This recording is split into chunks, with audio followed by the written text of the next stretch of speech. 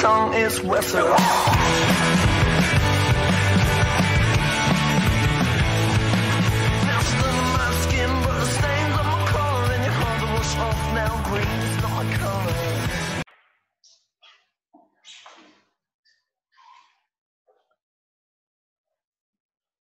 Baik, Assalamualaikum warahmatullahi wabarakatuh. Selamat pagi, salam sejahtera untuk kita semua.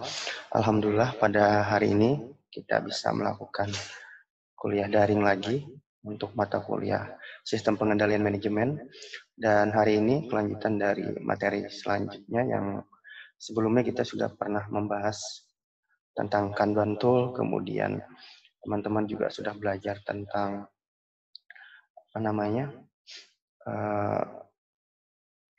minggu kemarin saya lupa tentang ORP Kak. Apa? ORP. Apa saya nggak jelas dengarnya, Anissa? ORP Kak. Ya, apa itu ERP? Yolanda?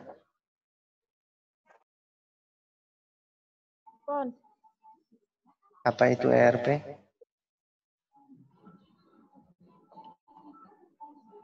Nggak tahu Kak. Nah, baru minggu kemarin. Jadi minggu kemarin kita sudah belajar Enterprise Resource Planning. Sebelumnya kita juga belajar tentang Kanban Tool. Nah, hari ini tuh temannya kita akan pelajari gitu ya. Dari yang keduanya itu kita pelajari. Jadi dari metodologi Kanban Tool, kemudian sistem Kanban Tool itu, kemudian metodologi dari ERP itu nanti gabungannya hari ini kita pelajari. Jadi dalam sistem pengendalian manajemen itu kompleks sekali nanti yang akan kita pelajari secara keseluruhan, tapi seperti pada dasarnya sistem pengendalian manajemen itu untuk mempermudah suatu pekerjaan gitu ya. Baik, saya akan putarkan satu video dulu untuk teman-teman supaya untuk kalian bisa lebih memahami nanti tentang apa yang bisa saya jelaskan gitu ya. Oke, saya akan share screen-nya untuk teman-teman bisa lihat videonya ya. Oke, bisa kelihatan ya? Humans learn from their past experiences, and machines follow instructions given by humans. But what if humans can train the machines to learn from their past data and do what humans can do and much faster? Well, that's called machine learning. But it's a lot more than just learning. It's also about understanding and reasoning. So today, we will learn about the basics of machine learning. So that's Paul. He loves listening to new songs. He either likes them or dislikes them. Paul decides this on the basis of the song's tempo, genre, intensity, and the gender of voice. For simplicity, let's just use tempo and intensity for now. So here, tempo is on the x-axis, ranging from relaxed to fast, whereas intensity is on the y-axis, ranging from light to soaring. We see that Paul likes the song with fast tempo and soaring intensity, while he dislikes the song with relaxed tempo and light intensity. So now we know Paul's choices. Let's say Paul listens to a new song. Let's name it as Song A. Song A has fast tempo and a soaring intensity, so it lies somewhere here. Looking at the data, can you guess whether Paul will like the song or not? Correct. So Paul likes this song. By looking at Paul's past choices, we were able to classify the unknown song very easily, right? Let's say now Paul listens to a new song. Let's label it as Song B. So Song B lies somewhere here with medium tempo and medium intensity, neither relaxed nor fast, neither light nor soaring. Now can you guess whether Paul likes it or not? Not able to guess whether Paul will like it or dislike it? Are the choices unclear? Correct. We could easily classify Song A. But when the choice became complicated, as in the case of Song B, yes, and that's where machine learning comes in. Let's see how. In the same example, for Song B, if we draw a circle around the Song B, we see that there are 4 votes for like, whereas 1 vote for dislike. If we go for the majority votes, we can say that Paul will definitely like the song. That's all. This was a basic machine learning algorithm also. It's called K-nearest neighbors. So this is just a small example in one of the many machine learning algorithms. Quite easy, right? Believe me, it is. But what happens when the choices become complicated, as in the case of song B? That's when machine learning comes in. It learns the data, builds the prediction model, and when the new data point comes in, it can easily predict for it. More the data, better the model, higher will be the accuracy. There are many ways in which the machine learns. It could be either supervised learning, unsupervised learning, or reinforcement learning. Let's first quickly understand supervised learning.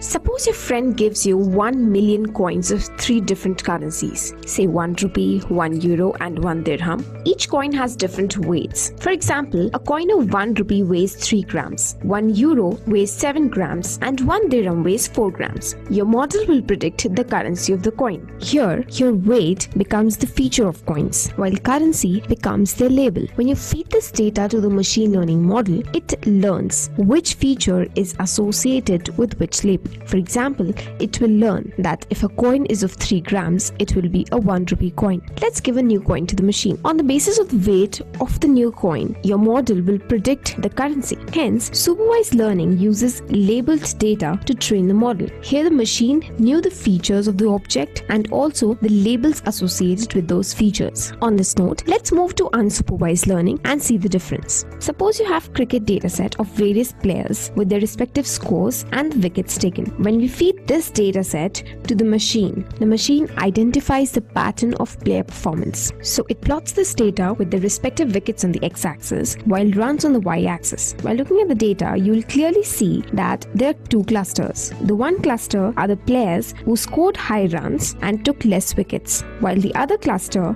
is of the players who scored less runs but took many wickets. So here we interpret these 2 clusters as batsmen and bowlers. The important point to note here is that there were no labels of batsmen and bowlers. Hence, the learning with unlabeled data is unsupervised learning. So we saw supervised learning where the data was labeled and the unsupervised learning where the data was unlabeled. And then there is reinforcement learning, which is a reward-based learning, or we can say that it works on the principle of feedback. Here, let's say you provide the system with an image of a dog and ask it to identify it. The system identifies it as a cat. So you give a negative feedback to the machine saying that it's a dog's image. The machine will learn from the feedback, and finally if it comes across any other image of a dog, it will be able to classify it correctly. That is reinforcement learning. To generalize machine learning model, let's see a flowchart. Input is given to a machine learning model, which then gives the output according to the algorithm applied. If it's right, we take the output as our final result. Else, we provide feedback to the training model and ask it to predict until it learns. I hope you've understood supervised and unsupervised learning. So let's have a quick quiz. You have to determine whether the given scenarios uses supervised or unsupervised.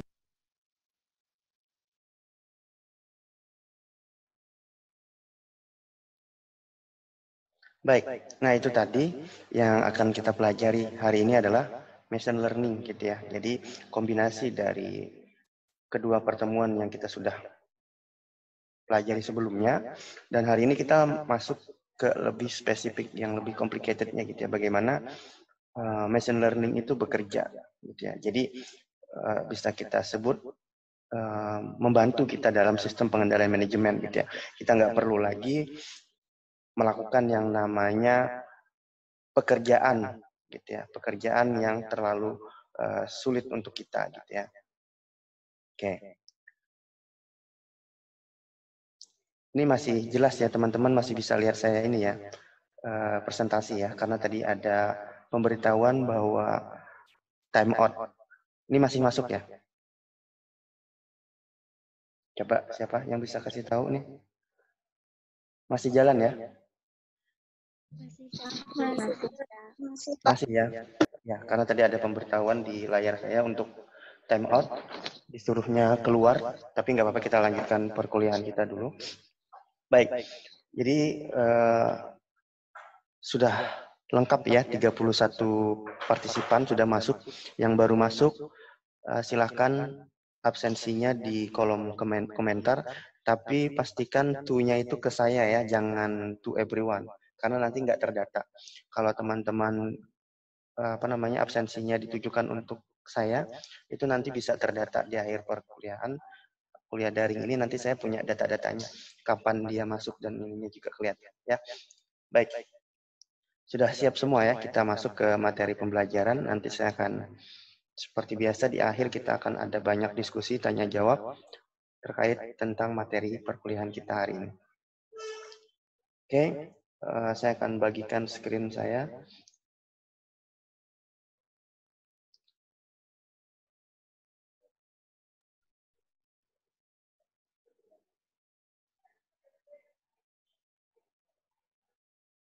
Baik, jadi machine learning gitu ya. Jadi ini kan bahasa Inggris gitu ya. Biasanya yang berhubungan langsung dengan mata kuliah ini adalah orang-orang di IT gitu ya, atau komputer engineering. Tapi kenapa kita di dalam sistem pengendalian manajemen orang akuntansi juga mesti tahu tentang machine learning? Karena memang nanti kita berhubungan langsung dengan itu gitu ya. Jadi kalau teman-teman di TI, bagaimana cara membuatnya? Kalau kita menggunakannya gitu ya, kita sebagai usernya. Jadi kita juga wajib tahu.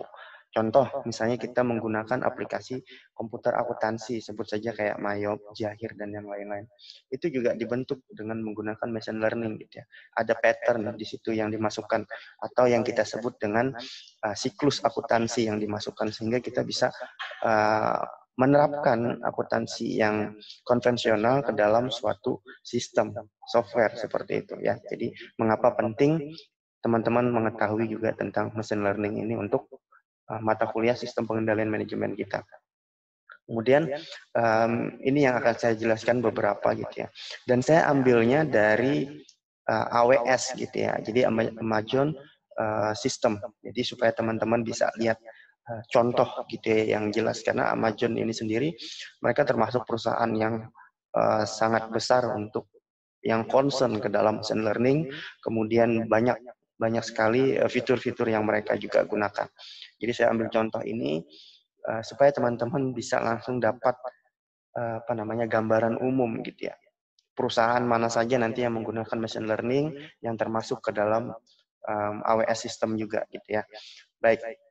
Ini tadi ada beberapa gitu ya. Amazon SageMaker Studio, kemudian SageMaker Notebooks, SageMaker Model Monitor, SageMaker Autopilot, Amazon Augmented AI gitu ya. Sekarang kan sudah ada Artificial Intelligence gitu ya. Kemudian Amazon Fraud Detector. Nah, fraud ini nanti juga berhubungan dengan fraud kan kecurangan ya, berhubungan nanti dengan akuntansi juga. Jadi kita bisa tahu di mana sih mendeteksi kecurangan-kecurangan tentang finansial atau keuangan gitu ya. Amazon Transcript Medical, nah ini sangat berkembang di negara yang sudah berkembang. Maksudnya dengan screening tubuh mereka sudah tahu penyakit yang diderita oleh si pasien gitu ya. Atau di tempat kita misalnya kita lihat pengukur suhu tubuh sekarang sudah mulai tidak dijepit di ketiak lagi atau apa gitu, langsung ditembakkan di kepala, kemudian bisa lihat. Atau golongan darah nggak perlu lagi ambil darah, tinggal di scan dari ujung jarinya bisa kelihatan. Itu contoh-contoh nanti yang teman-teman bisa lihat juga dengan menggunakan machine learning gitu ya. Kemudian Amazon Kendra. Nah, Kendra ini juga sangat berkembang. Kalau sempat nanti di pertemuan terakhir saya juga akan bahas sedikit tentang Kendra ini, karena pengendalian manajemennya lumayan wajib kalian ketahui gitu ya, seiring perkembangan teknologi ini. Baik, jadi ini kira-kira yang kita bahas di hari ini. Mudah-mudahan waktunya cukup untuk bisa kita diskusi banyak, karena untuk mengejar juga nanti saya akan kasih tahukan kisi-kisi untuk UTS gitu ya, jadi teman-teman bisa lebih prepare lagi. Baik, di slide yang selanjutnya ini, put machine learning in the hands of all developers. Maksudnya, sebentar, ini Nurlaili sepertinya dia keluar dari ini, saya harus masukkan lagi. Oke ya, oke sudah masuk Nurlaili. Jadi, seperti yang saya sampaikan tadi, kalau kita ingin mengembangkan sesuatu, tentunya kita bisa menggunakan machine learning, bantuan dari machine learning ini gitu ya. Kenapa saya dikasih nama machine learning ya? Karena mesin itu dia belajar, dia berkembang gitu ya. Dengan dibantu misalnya dengan algoritma yang memang dibentuk atau dipatenkan supaya bisa membantu gitu ya. Nah, di dalam sistem pengendalian manajemen kita tidak harus lagi melakukan sesuatu berulang-ulang, karena selain itu membuat kita jadi bosan gitu ya, karena harus mengulang-ulang. Seperti contoh misalnya saya melakukan perkuliahan ini, saya punya 2 kelas SPM gitu ya, sistem pengendalian manajemen. Bayangkan kalau saya di setiap kelasnya harus menjelaskan seperti ini, it takes time gitu ya, menghabiskan banyak waktu. Kenapa tidak saya rekam? Rekaman itu kemudian saya upload di YouTube, kemudian sebelum perkuliahan teman-teman bisa nonton gitu ya. Itu salah satu contoh machine learning yang bisa kita gunakan untuk pengembangan pembelajaran. Ya, akhirnya antara dosen dan mahasiswa menggunakan yang namanya mesin gitu ya, menggunakan yang namanya bantuan alat gitu ya, hardware atau software yang sehingga pengembangan dalam sistem pengendalian manajemen pembelajaran itu bisa berkembang dengan baik. Itu contoh gambaran sederhana yang nanti kita bisa terapkan ketika kita bekerja di suatu perusahaan atau di dalam organisasi dan menggunakan machine learning ini sebagai alat bantu kita dalam sistem pengendalian manajemen gitu ya, secara keseluruhan. Oke, jadi kembali ke dalam machine learning di tahun 2020 ya. Jadi is a top priority for many organization gitu ya. Kenapa ditaruh prioritaskan oleh banyak organisasi? Karena bisa membantu tadi. Seperti yang kita pahami pada dasarnya, sistem pengendalian manajemen itu ada karena memang untuk memudahkan organisasi atau perusahaan dalam melakukan segala aktivitasnya gitu ya. Sistemnya bisa dipermudah gitu ya. Terus kenapa jadi prioritas? Ya karena memang dengan adanya sistem, nanti kita bicara juga tentang data gitu ya, data science dan yang lain-lain. Kenapa? Karena memang saat ini kebutuhannya seperti itu ya. Seperti yang kita ketahui di 2020 ini kita sudah masuk di era 4.0 gitu ya. Bagaimana semuanya berhubungan dengan teknologi gitu ya.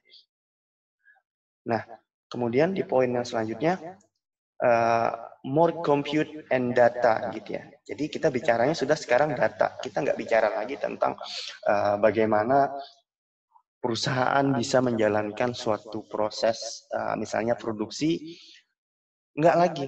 Tapi kita sudah bicara tentang datanya. Maksudnya sehari perusahaan itu sudah mengeluarkan produk berapa sih dengan karyawan, misalnya 10.000 karyawan, berapa produk yang bisa dikeluarkan dalam waktu sehari. Itu kan termasuk di dalam data dan terkomputerisasi. Sehingga kita nggak bicara lagi proses bagaimana mereka menggunakan kemampuannya dalam menciptakan sesuatu. Karena memang sudah terbuat tersistem seperti itu ya. Kemudian 10,000 of customer are already running machine learning on AWS gitu ya. It's real and happening now in your accounts. Jadi AWS ini sendiri tadi saya bilang itu platform dari Amazon gitu ya. Jadi kenapa saya ambil contoh ini? Karena memang tadi yang terbesar saya bilang gitu ya, terbesar dan banyak dipelajari oleh beberapa organisasi gitu ya, dan mereka menggunakan. Dan untuk biayanya juga tidak bisa dibilang murah, tapi relatifly bisa dicapai atau bisa diinikan oleh beberapa organisasi. Artinya memang bisa kita gunakan gitu ya. Kemudian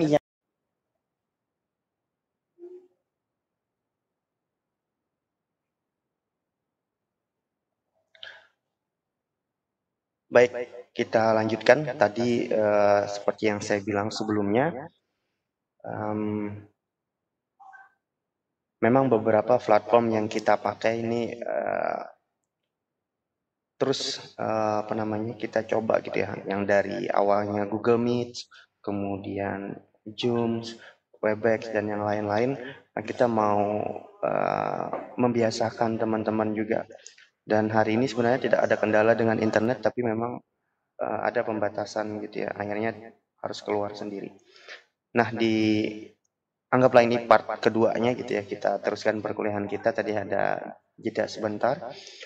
Kemudian saya akan menjelaskan materi lanjutan tentang machine learning ini, yaitu common challenge gitu ya, challenges gitu ya. Apa sih yang menjadi kendala gitu ya, atau yang bisa kita dapatkan gitu ya dalam membangun suatu sistem machine learning ini. Yang pertama adalah skill gaps gitu ya. Jadi nggak semua orang, nggak semuanya itu tahu tentang bagaimana cara membuat model dari si machine learning ini tadi. Gitu ya. Makanya saya bilang walaupun teman-teman itu orang akuntansi, wajib tahu juga gimana caranya gitu ya. Karena ada skill gap-nya tadi gitu ya antara si developer dengan user. Nah, teman-teman kan jatuhnya ke user gitu ya. Nanti yang menggunakan sistem itu, yang menggunakan model itu dalam pengembangan suatu sistem gitu ya. Jadi di sistem pengendalian manajemen, kalau kita di ERP kita belajar ada 4 modul yang bahasanya wajib kita pelajari gitu ya. Di dalamnya salah satunya ada finance. Finance nanti ada hubungannya dengan orang akuntansi. Nah, ketika kita anggaplah bahasanya nggak melek dengan yang namanya teknologi, maka akan berpengaruh nanti gitu ya terhadap apa yang kita pelajari. Jadi skill gap-nya ini harus dipersempit gap-nya itu gitu ya. Bukan berarti orang akuntansi nggak harus tahu tentang coding, nggak harus tahu tentang, ya minimal sedikit-sedikit tahu gitu, tahu tentang algoritma itu seperti apa pergerakannya gitu ya. Kemudian machine learning model itu dibangun nggak sebentar gitu ya. Makanya dibilangnya time consuming and complex process. Ya. Teman-teman kalau belajar SIA, sistem informasi akuntansi, kalau buat flowchart itu kan kompleks gitu ya. Jadi kalau kita lihat juga misalnya SOP itu juga kompleks, nggak cuma dari satu SOP itu bisa menciptakan 3 atau lebih SOP yang lainnya. Misal SOP izin kuliah, ya, itu banyak gitu ya. Kemudian SOP misalnya melakukan perkuliahan daring, itu ada banyak gitu ya. Bagaimana misalnya ketika mau login, itu satu SOP. Bagaimana ketika sudah login kemudian kita keluar lagi karena terkendala sistem, itu satu lagi. Bagaimana cara absen, itu kan kompleks proses. Kemudian time consuming karena kita membangun modelnya tadi. Sama kayak kita perkuliahan daring ini, kita modelnya belum dapat ya, maunya seperti apa. Tapi inilah yang terbaik dilakukan dengan cara online, masih bisa tatap muka, dosen masih bisa menjelaskan, mahasiswa masih bisa mengakses. Namun platform yang kita pakai itu termasuk machine learning ya. Kita memilih platform yang mana gitu ya. Akhirnya kita banyak mencoba dan menyesuaikan yang mana yang kira-kira nanti cocok untuk kita pakai untuk keberlanjutannya gitu ya. Oke. Kemudian yang di poin yang ketiga itu finding the right business use cases that could benefit from machine learning. Jadi semuanya bisnis proses yang ada di ERP itu bisa menggunakan atau bisa mendapatkan yang namanya benefit gitu ya, atau yang kita sebut sebagai keuntungan dari menggunakan machine learning. Ya, contoh di pertemuan sebelumnya teman-teman belajar Kanban tool. Ya, di mana suatu manajemen tadi kita bisa petakan ya, ini pekerjaannya siapa, ini pekerjaannya siapa, sehingga mudah untuk kita melakukan yang namanya proses pembagian tupoksi pekerjaan ya.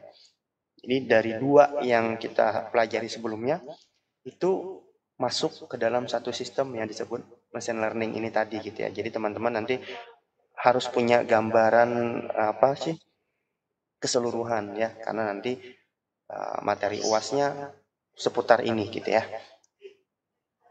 Oke. Kemudian machine learning tadi walaupun dibilangnya time consuming tapi easy to build gitu ya. Kenapa easy? Sebenarnya teman-teman yang nggak punya basic untuk mengcoding itu juga udah bisa gitu ya. Karena sudah ada sistem dari AWS tadi yang membantu untuk melakukan itu. Kita nggak perlu lagi. Kita cukup punya konsep, misalnya teman-teman punya konsep siklus akuntansi. Bagaimana general ledger itu kita buat. Teman-teman kan sudah paham secara konsep dasar. Tinggal memasukkan ke dalam suatu sistem menggunakan sistem komputerisasi masuk datanya. Kita nggak harus bikin dari awal. Misal contoh kalau teman-teman mau bikin website, nggak punya basic, bangun Pak dari awal itu susah ya, misalnya melakukan coding-coding. Tapi ternyata sudah ada template gitu ya. Template-nya misalnya dari Envato, Elementor atau yang lain-lain, sehingga teman-teman tinggal klik, ubah ibaratnya judul, header, footer, apa segala macam, sudah bisa jadi website kalian sendiri. Kemudian kalian beli hosting, misalnya www misalnya ilham.com misalnya gitu ya. Nah, itu bisa jadi gitu ya dalam satu proses sekarang, karena sudah banyak sekali algoritma atau coding-coding yang bisa membantu kita. Nah, kembali lagi ke dalam mata kuliah kita, sistem pengendalian manajemen. Seperti yang saya sampaikan sebelumnya, kalau kita terus mengulang-ulang, kita kehabisan waktu, time consuming, ya, maka akan lebih baik ketika itu sudah menjadi template dasar atau baku gitu ya, sehingga kita tinggal mengerjakannya, tinggal menginput gitu ya. Bayangkan kalau kalian bikin invoice, setiap kali mau bikin invoice, kalian harus bikin garis, bikin tabel, apa segala macam. Itu kan time consuming. Tapi kalau sudah ada bentuknya invoice, notanya ada, sudah apa segala macam, tinggal memasukkan data apa yang kita misalnya mau masukkan ke invoice. Seperti itu bahasa sederhananya. Ya. Kemudian easy to scale gitu ya. To scale up, maksudnya untuk meningkatkan sesuatu, development-nya itu mudah. Ya. Nah, ini kenapa kita menggunakan machine learning? Ya, biasanya kalau dibikin aplikasi itu aplikasinya di develop gitu ya. Makanya perlu di-upgrade. Untuk apa? Menghilangkan bugs atau apa gitu ya. Lelet aplikasinya. Itu kan harus di-develop lagi gitu ya. Ada coding-coding yang dimasukkan oleh developer, algoritmanya dirubah sedemikian rupa supaya mempermudah, karena yang kita bicarakan ini udah sistem gitu ya. Di pertemuan yang sebelum-sebelumnya juga saya sudah banyak cerita kalau sistem itu kompleks sekali, rumit sekali yang kita pelajari gitu ya. Yang paling kompleks itu adalah sistem pencernaan kita gitu ya. Kalau kita bayangkan bagaimana kompleksnya, mulai dari makanan masuk ke dalam mulut dan yang lain-lain sampai keluar lagi gitu ya menjadi kotoran, itu kan kompleks sekali ya. Nah, sama sebenarnya sistem itu seperti itu. Jadi bisa dikembangkan, easy to scale up gitu ya, bisa diperluas untuk ininya. Kemudian easy to apply gitu ya. Apply ini maksudnya diterapkan ya. Mau digunakan misalnya teman-teman yang menggunakan platform Webex tadi kita untuk kuliah online-nya, saya menggunakan laptop. Ada misalnya teman-teman yang menggunakan tabletnya, iPad-nya. Kemudian ada yang menggunakan smartphone-nya misalnya. Ya, bisa digunakan di berbagai fitur gitu ya. Bahkan sekarang kan kalau ada rumah smart home gitu ya, rumah pintar menggunakan aplikasi yang semuanya sudah terhubung. Kalau nggak salah itu brandnya dari Asus sudah mengeluarkan dari pintu, lampu, kemudian dapur dan yang lain-lain itu sudah bisa. Jadi kita bisa kendalikan rumah kita dari jarak jauh gitu ya. Selama ada koneksi internet di handphone kita, di rumah juga ada koneksi internet, kita bisa matikan lampu rumah dari jarak jauh, misalnya dari kampus. Teman-teman lupa matikan lampu kosnya, misalnya di kosnya sudah menggunakan machine learning misalnya, lupa gitu ya. Ada pemberitahuan alertnya gitu ya.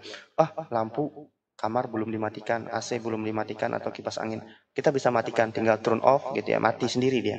Lupa kunci pintu, dikunci juga gitu ya, bisa. Nah, bisa digunakan gitu ya, mempermudah. Makanya sekarang orang bilang dunia dalam genggaman gitu ya, bisa dikonekkan ke handphone atau yang lain-lain. Nah, itulah fungsinya machine learning gitu ya, bagaimana semuanya bisa dipelajari. Tapi sebelum membentuk itu, ada algoritma, ada coding-coding yang dimasukkan. Saya sangat sarankan, walaupun ini film kartun, tapi menurut saya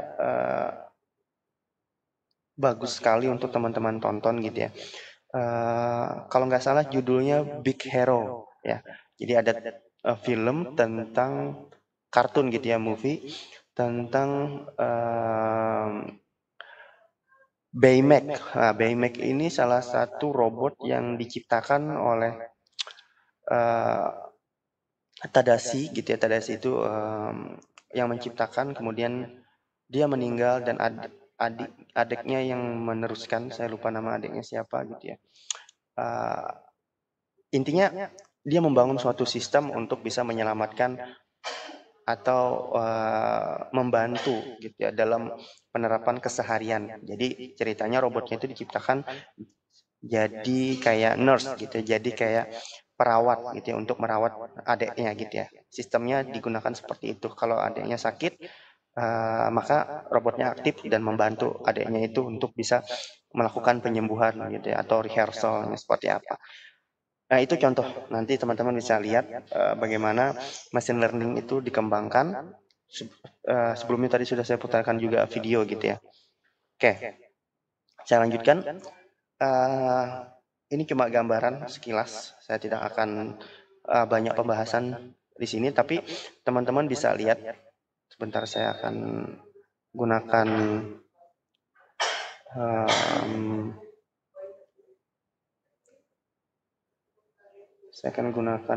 ini dulu ya, supaya teman-teman gunakan laser supaya teman-teman bisa lihat. Oke, dari awal di sini kita lihat kita melakukan Kendra tadi ya, Amazon Kendra, kita bisa melakukan pencarian sesuatu yang terbaru tentang apapun itu gitu ya. Kemudian kita kalau semuanya sistem ini kita gunakan, coba lihat yang terbaru tadi ada sistem fraud. Fraud ini kecurangan. Kalau perhatikan ketika kita bisa melakukan pendeteksian kecurangan terkait akuntansi itu maka lebih mudah. Mungkin teman-teman sebelumnya sudah pernah saya tontonkan film tentang The Accountant gitu ya. Dia mencari kecurangan dalam berapa tahun itu cuma dalam 1 malam. Itu kalau manusia yang menggunakan kemampuannya memang memerlukan waktu. Tapi bayangkan ketika mesin yang menggunakan itu, maka akan dalam hitungan detik atau menit dia akan tahu di mana yang terjadi kecurangan. Itu adalah salah satu fitur gitu ya, new gitu ya dari Amazon. Namanya Amazon Fraud Detector. Jadi mendeteksi di mana terjadinya kecurangan-kecurangan, karena semuanya itu bisa kita lihat karena dia kelihatan gitu ya. Pattern, ada pattern. Makanya di dalam film The Accountant itu dia ngelihat patternnya, ada angka-angka yang selalu sama di setiap transaksi, sehingga dia curiga gitu ya, ada apa di sana, ternyata memang terjadi kecurangan gitu ya. Kemudian development, kemudian contact centers. Nah, itu yang bisa kita ini kan nanti kalau kita menggunakan machine learning ini tadi gitu ya, yang darinya Amazon. Kalau forecasting itu sudah lama mereka fiturnya gitu ya. Forecasting tahu ya, peramalan. Jadi bisa meramalkan gitu ya. Contoh misalnya pendapatan, kalau kita belajar dari dulu forecasting ini time series itu bisa per bulan, per minggu, atau per tahun. Tapi sekarang dengan adanya machine learning, adanya big data dan yang lain-lain, forecasting ini digunakan bisa jadi per menit atau per detik, real time gitu ya forecastingnya. Ya, seperti itu. Oke, saya lanjutkan.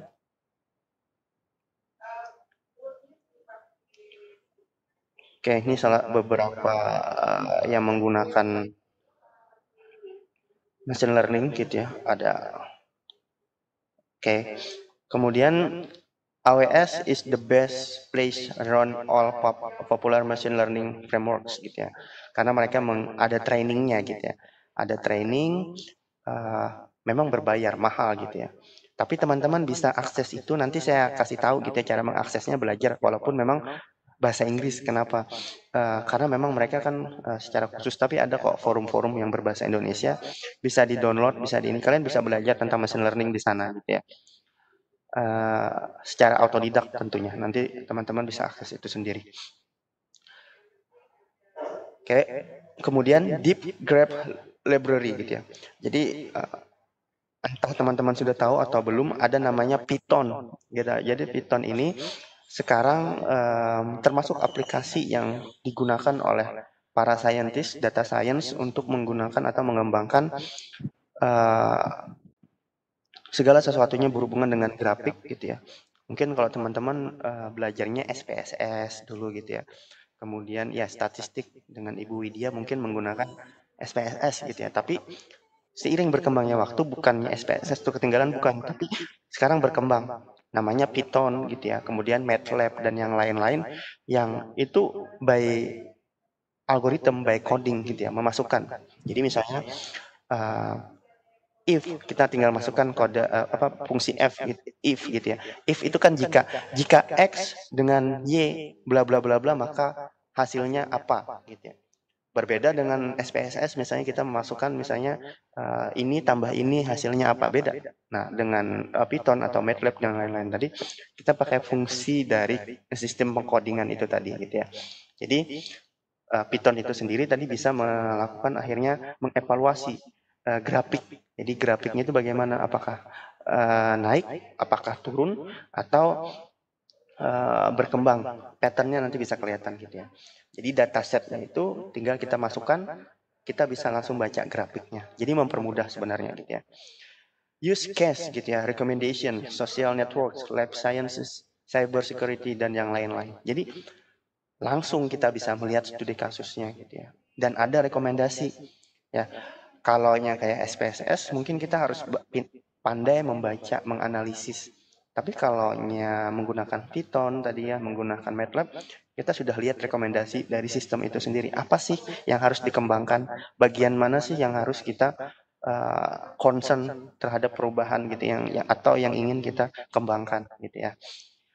Kemudian juga tersedia available gitu ya in deep learning containers. Deep learning ini maksudnya secara mendalam, secara fokus, komprehensif ke dalam sana gitu ya. Jadi PyTorch, Apache, MXNet, TensorFlow coming soon gitu ya. Ini kayak fitur yang mereka kembangkan. Kalau ingin lebih, tentunya kalau ingin menggunakan itu ya kita harus pakai sistemnya mereka berbayar dan lumayan mahal untuk satu contoh machine learning. Tapi itu worth it untuk setiap organisasi, setiap perusahaan yang ingin mengembangkan arah pengembangan sistemnya ke arah yang lebih tepat gitu ya, atau yang lebih terintegrasi seperti itu.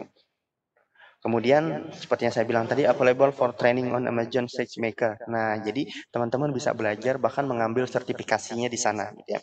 Belajar kalau sudah bisa, kemudian ambil sertifikasinya itu sekitar 300 sampai $1.000 untuk ngambil sertifikasinya. Tapi kalau kalian sudah dapat sertifikasi itu, percayalah kalian lulus, kemudian bisa bekerja di perusahaan-perusahaan multi internasional gitu ya, di seluruh dunia. Karena memang dengan adanya sertifikasi tadi, teman-teman sudah bisa diakui ya. Jadi tidak penting lagi sekarang yang namanya sertifikat gitu ya. Tapi yang dipentingkan adalah sertifikat kompetensi. Ya, itu lebih jelasnya gitu ya. Jadi kayak sertifikat misalnya ikut seminar online atau apa, itu sudah nggak terlalu wah lagi ya.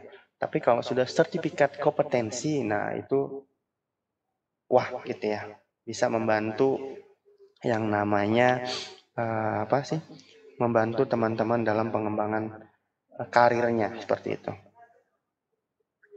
Oke, kemudian ini Java library. Nah, Java ini teman-teman tahu sendiri kalau di TI itu mereka juga menggunakan, ada yang namanya Java gitu ya, C++ atau apa, itu bahasa pengkodingan. Teman-teman nggak perlu pelajari. Tapi ketika kalian mengikuti ini, di sini kan ada Java Open Source Library to train and develop models. Makanya saya bilang tadi, teman-teman nggak harus punya basic komputer atau TI, kalian sudah bisa membangun satu sistem model. Yang penting kalian bisa memikirkan yang namanya siklusnya tadi. Nah, teman-teman kan menguasai tentang siklus akuntansi, jadi tinggal cari modelnya seperti apa. Nggak perlu membangun capek-capek dari awal bikin pengkodingannya gitu ya. Kemudian framework agnostik gitu ya. Nah, ini frameworknya. Nah, tadi sama dengan model secara keseluruhan, gambarannya seperti apa. Kemudian train your own model gitu ya. Jadi melatih model-model yang ingin kita buat tadi, or use Pret9 gitu ya, one from the model gitu ya. Jadi ya dengan adanya ini tadi, kalian bisa memilih dengan gampang gitu ya, dengan mudah yang mana yang ingin kalian jadikan modelnya, kemudian kalian rubah gitu ya. Biasanya kan kita menggunakan metode ATM gitu ya, amati tiru modifikasi, supaya lebih komplit gitu ya apa yang ingin kita buat gitu kan. Oke, kemudian ini contoh gitu ya dari pengembangan sistem machine learning ya. Jadi ada data preparation. Data preparationnya segala sesuatunya yang berbentuk data. Jadi misalnya invoice gitu ya, kemudian nota-nota gitu ya, pembelian, faktur pajak, apa segala macam tuh teman-teman bisa persiapkan dulu datanya. Nah, di dalamnya itu kan pasti ada informasi terkait siapa pembelinya, berapa banyak jumlahnya yang dibeli, kemudian kapan dikirimkan, kapan akan sampai, nomor faktur pajak dan yang lain-lain itu ada, itu masuk ke dalam sistem informasinya akuntansi. Itu masuk di dalam data preparation gitu ya, menyiapkan. Kemudian model trainingnya nanti kalian buat. Kalian ingin membuat itu menjadi suatu sistem aplikasi yang terintegrasi gitu ya. Itu nanti bisa dicari. Apalagi tentang akuntansi, saya rasa banyak sekali template-template nanti ya, karena banyak yang mencoba untuk meningkatkan suatu itu gitu ya. Secara tidak langsung nanti teman-teman juga terbiasa membuat aplikasi akhirnya. Makanya di sistem MEMES kita multi exit multi entry ini, teman-teman kalau sudah melanjutkan nanti ke D4-nya, kalian akan berhubungan dengan yang namanya mata kuliah yang ada dengan komputerisasinya gitu ya, atau sistem pengkodingan ini tadi gitu ya. Jadi teman-teman sudah bisa buatlah aplikasi tentang akuntansi seperti itu ya. Kemudian ada model inference gitu ya. Nah, modelnya itu baru dikembangkan. Nah, IDE ini bukan ide gitu ya. Jadi ini semacam inventionnya gitu ya, penemuannya tadi ya, untuk mendevelopment suatu program. Kemudian sharing ini tentunya kita harus gunakan di organisasi kita atau kelompok kita supaya bisa mempermudah pembuatan atau proses dari pengembangan machine learning itu ya.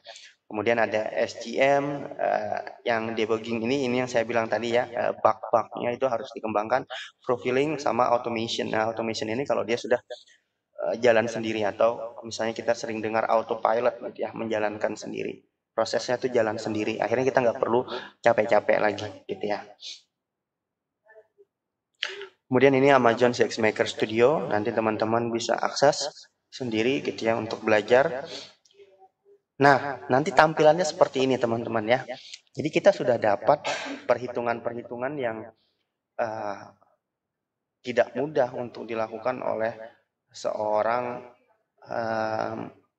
akuntan atau ini gitu ya, yang tanpa memiliki kemampuan dalam menjalankan machine learning gitu ya. Jadi sudah ada data misalnya di sini, maka akan muncul pattern-pattern dan sudah ada rekomendasi di sana gitu ya. Tapi untuk menjalankan ini kita harus paham sistem pengkodingan ya. Training a linear model gitu ya. Modelnya misalnya dari penjualan kita tuh seperti apa. Nah, ini nanti secara otomatis kita sudah bisa melihat patternnya seperti apa, sehingga kita bisa memberikan masukan kepada institusi atau organisasi kita bahwa sedang terjadi misalnya peningkatan atau penurunan dalam sistem kita gitu ya. Nah, itu contoh. Oke, itu gambarannya. Kemudian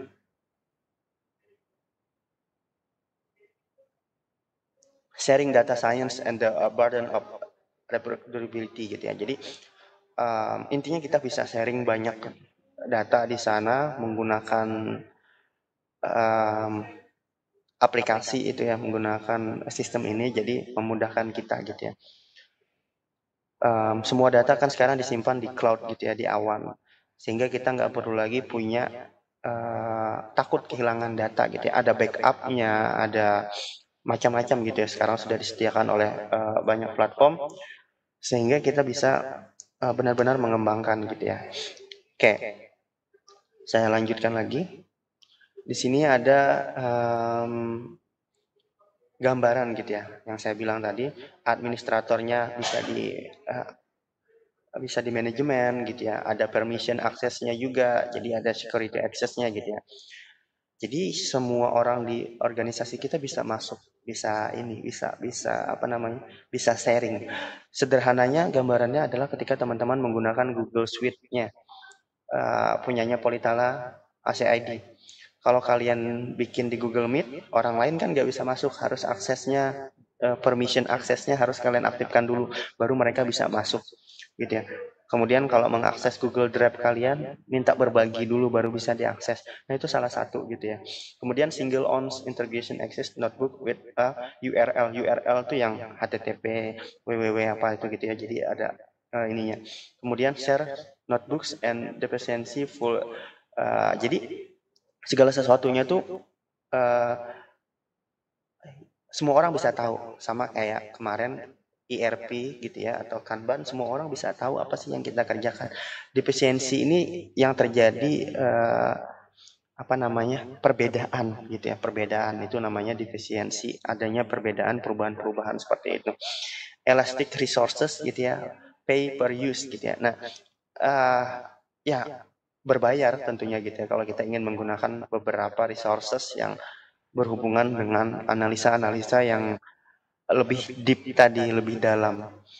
Kemudian built-in capability to package gitu ya. Membangun suatu sistem tadi ya. Intinya adalah sistem pengendalian manajemen seperti itu. Nah, ini contoh gambaran gitu ya.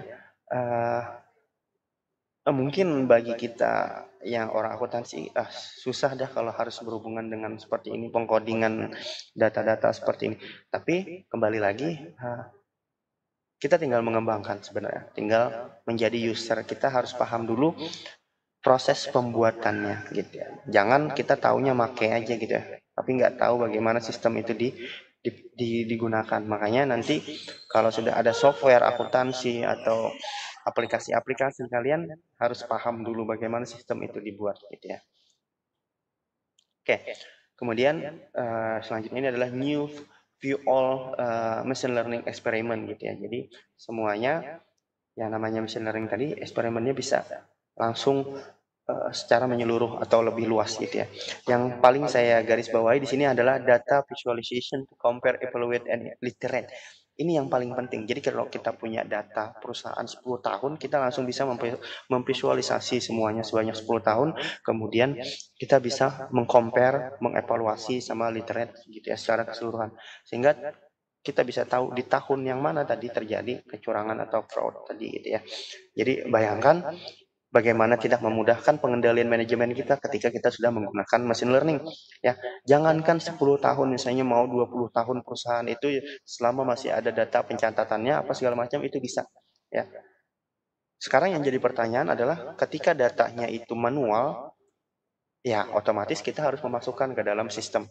Tapi bayangkan ketika kita bikin perusahaan, misalnya saya bikin perusahaan di tahun 2015, tapi sudah menggunakan yang namanya komputerisasi, semuanya terprogram, ya saya sudah tidak memerlukan lagi nanti namanya kertas gitu ya, paperless gitu ya, mudah untuk kita semua. Paperless tentunya berhubungan dengan repository gitu ya, for organizing experiment leaderboard. Jadi repository ini tadi penyimpanan kita gitu ya, kita nggak perlu lagi menggunakan, kalau dari 2015 misalnya saya punya buku besar sebanyak itu, mungkin saya perlu gudang gitu ya untuk menyimpannya gitu kan. Tapi kalau sudah datanya tersimpan di cloud atau ini, ya udah tinggal kayak scan, anggaplah scan PDF-nya gitu ya, yang enggak seberapa gitu ya, bisa aja sebanyak-banyaknya dimasukkan gitu ya, dan itu terintegrasi. Itu yang memudahkan akhirnya. Ini dia patternnya gitu ya. Jadi kita tinggal lihat misalnya garis yang warna biru itu tahun pertama, yang kuning tahun kedua, yang hijau misalnya tahun ketiga, dan seterusnya.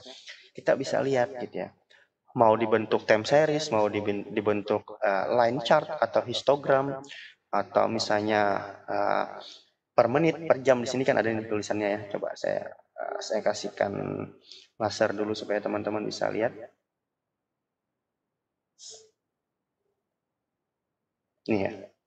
Ini yang time series tadi saya bilang, kalau kita melakukan forecasting, kita bisa lakukan time series, atau kita juga bisa ambil summary statistiknya. Summary statistik nanti memunculkan mean, modus, median, dan yang lain-lain, sehingga kita bisa mengambil kesimpulan gitu ya.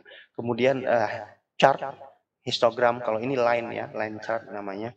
Kemudian histogram itu yang naik ke atas gitu. Kemudian axis aggregation-nya ini bisa per menit gitu ya, ini 1 menit gitu ya. Bayangkan melihatnya real time, 1 minute gitu ya, pekerjaan misalnya atau apa gitu ya. Jadi di sini ceritanya memprediksi pekerjaan gitu ya, pekerjaan dari karyawan gitu ya. Bisa kelihatan, oh bagian finance seperti ini, pekerjaannya bagian ini seperti ini, jadi kelihatan gitu ya. Oke, contoh gambaran umumnya dari menggunakan machine learning. Nah, ada bagian ini yang tadi saya bilang ketika mau mengembangkan gitu ya, segala sesuatunya. Nah, kita lewati aja karena ini fokusnya ke developer atau nanti ke orang-orang TI gitu ya, yang ingin mengembangkan. Karena kita masuknya di user gitu ya. Oke, kita lanjut. Lanjut saja. Nah, sukses tidaknya machine learning itu ada requirement-nya, ada yang namanya persyaratan gitu ya. Yang pertama kompleks tentu saja gitu ya, atau hard to discover combination of algorithms data parameters gitu ya. Jadi algoritmnya itu tidak semudah. Jadi saya punya teman waktu itu dia membuat suatu algoritma tentang saya lupa, tapi dia punya gambaran kayak gini.